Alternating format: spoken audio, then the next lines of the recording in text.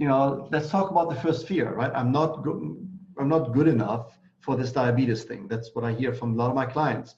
I'm just not good enough. I will not be able to do it. I will not be able to give up bread. I will not be able to prick my fingers. I will not be able to whatever it is, right? So keep in mind that no matter how successful you will be in any facets of life, the fear of not being good enough is present in all aspects, almost. Right? Diabetes management is just one of them where it occurs.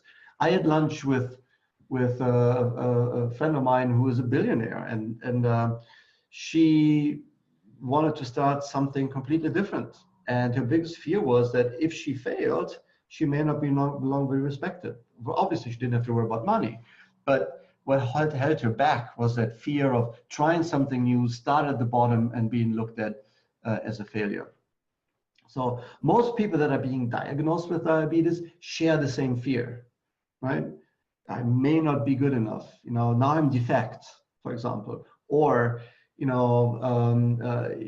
even blame themselves that, you see, I always knew I wasn't good enough because I brought it onto myself, because I never worked out, I didn't eat well, or whatever it is, right?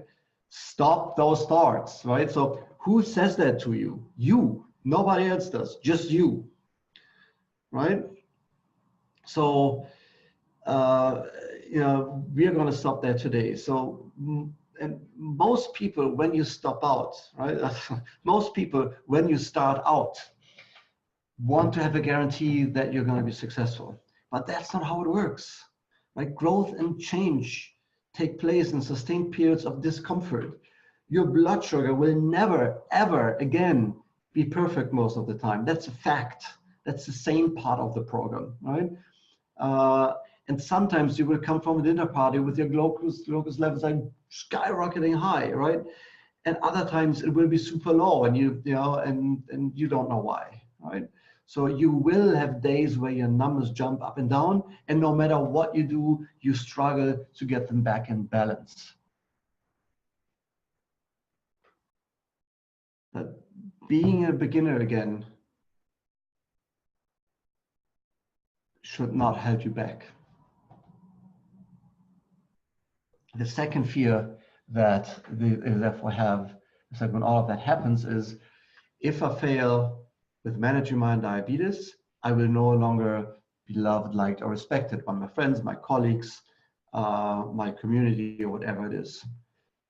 Yes, like when you're in an office job, for example, you will have business meetings where you need to step out and get your blood sugar back up, right, and have some jelly beans real quick. Your significant others or your friends will hear your slurry speech, right, or even be taken aback by your aggressiveness when your blood sugar sinks way before you realize that it's a blood sugar issue. So, but the people around you will also learn to see and interpret those signs and encourage you to take care of yourself. They will forgive you your behavior when they know what's going on. And if they won't and you feel hurt, recognize this emotion as a signal that you have an expectation that cannot be met. Right? So we'll talk about that later in the program as well. But if you have surround yourself with people that reject you because you need to take care of your diabetes, you may need better friends or better colleagues.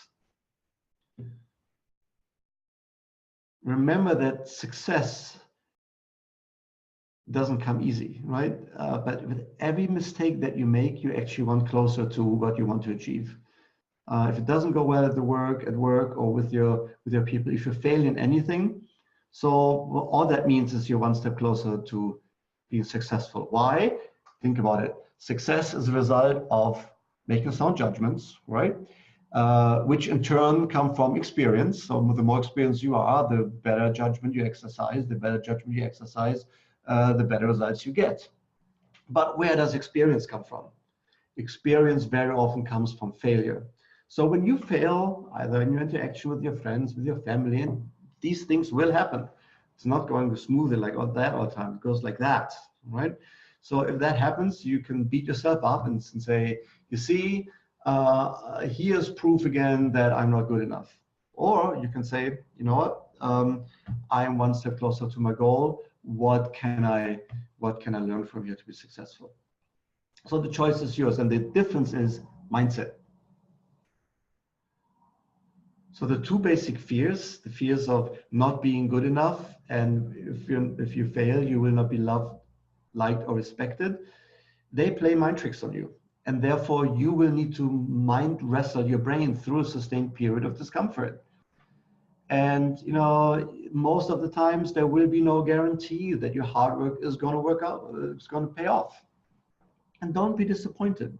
Realize that an expectation or desired outcome won't happen, and you need to change your expectations. For example, maybe your time frame for getting your A1C down was too short, right? So then just adjust that, and eventually it will. Most people overestimate what they can do in a few weeks or a year. Most people underestimate what they can achieve in 10. So we talked about the two fears that hold you back, which are number one, I may not be good enough to manage my diabetes. And number two, as a result of that, I may fail. And if I fail, I will be not loved, liked, or respected. There are also two forces that in addition drive that behavior or your behavior. And that is the force that wants you to avoid pain or gain desire and pleasure.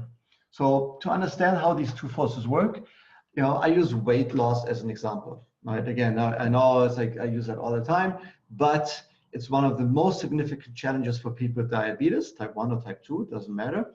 And hence it is like one of the handiest case studies.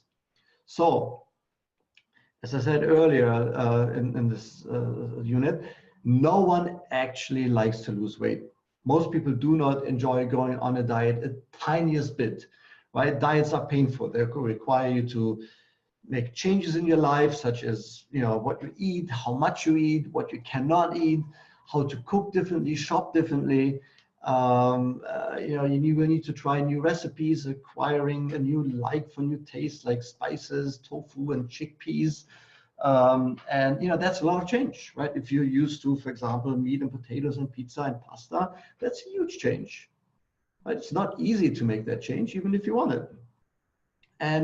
But why would you go through that? Why would you put yourself through the pain of changing all of that and giving all of that up? Right? And there's only one reason, right? It's because the associated pain with being overweight is bigger than the pain of going through the diet. Right? So you feel like I'm not making up the stairs anymore, or if I don't lose weight, I will die of heart disease early. And if that thought and that pain is so strong that you don't care about what you eat anymore, that's the force that drives us. That needs to avoid pain, right? Again, that's anticipated pain, but it's just as real. People do not change when the pain of changing is bigger than enduring the current state. Make sense? Good. So, and pain can be varied, right? So maybe you hate the way you look, right? Maybe you just cannot walk up the stairs without huffing and puffing, right? As a diabetic, and you may worry about long-term health consequences, such as sleep apnea, cancer, or dying early from stroke. So my case, for example, was a blockage in one of my heart arteries, right? So when I was an athlete, I devoured steaks, a lot of protein, a lot of eggs, a lot of fat, because I wanted to pump protein into my muscles. And unfortunately, that built up a little bit of a blockage. The good news is that it hasn't inhibited blood flow yet, so I didn't need a stent or anything.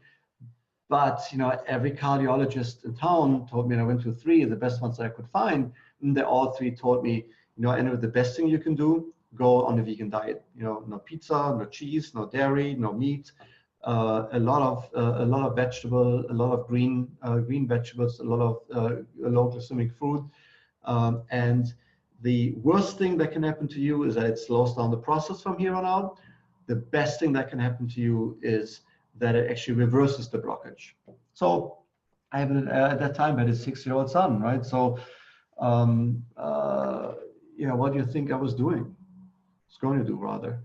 I wanted to be around. I couldn't stand the fact that maybe if I don't change, my son will not have his father around. So I became a vegan like overnight, right? And I've not gone back to meat ever since, right? Because I see my son every day, and I love him to death. And whatever I can do to stay around longer, I will. Um, and then, I told my wife, right, Anne, right, she turned vegan herself, and then we worked together and we experimented with new recipes. So we made it fun. There was a desire to gain pleasure. We made it fun, tasted new food, finding different restaurants in town, going to yoga classes, right, inviting new friends that were also vegan and learn from them, right? So, and then of course, when you change your diet, especially when you're on a vegan diet, your digestive system changes. And yeah, we farted a lot, we made the fun of that as well. So there are ways of doing it. So here again, like there's what happened here is like my desire or my need to avoid pain, right? And my desire to gain pleasure were totally aligned. And that's why like 2 years later, we're still vegans and we're loving it. So that is all easy, right? But the need to avoid pain and the desire to gain pleasure in all of us do not always pull in the same direction, right? For example, yes, on the one hand, my goal was to reverse a blockage in my heart. On the other hand, it takes years to achieve that goal, if at all. And I don't see that. I don't see progress every day. I need to go like have it checked. They go like through the arm, with a catheter, and you look into the heart to see it. That will be the next time I know whether or not I was successful. So at the same time, I'm a chocolate addict, right? And chocolate and ice cream is like always available. It gives me instant pleasure. So how do I balance that, right? So and in the beginning, I gave into those treats a little, right? Even though it was all fun and we experimented and so on, but then there's still that ice cream, right? So and as you know, that's ice cream is one of the worst things you can have as a diabetic. It's full of sugar. It's dairy in it also. And every time I had an ice cream, I had this sugar high and then felt bad afterwards. And so I realized that I'd sabotaged my goals and felt depressed, that I'm a failure and so on. So then the whole roller coaster ride of emotions from joy to depression and back goes over and over again. And you may have that with your diabetes as well, or if not with diabetes, maybe in other areas. It's like the perpetual Groundhog Day, right? So what I really needed to do was to align my need to avoid complication with my desire to enjoy food. And I'm sharing that process with you right now so that you can get yourself aligned as well.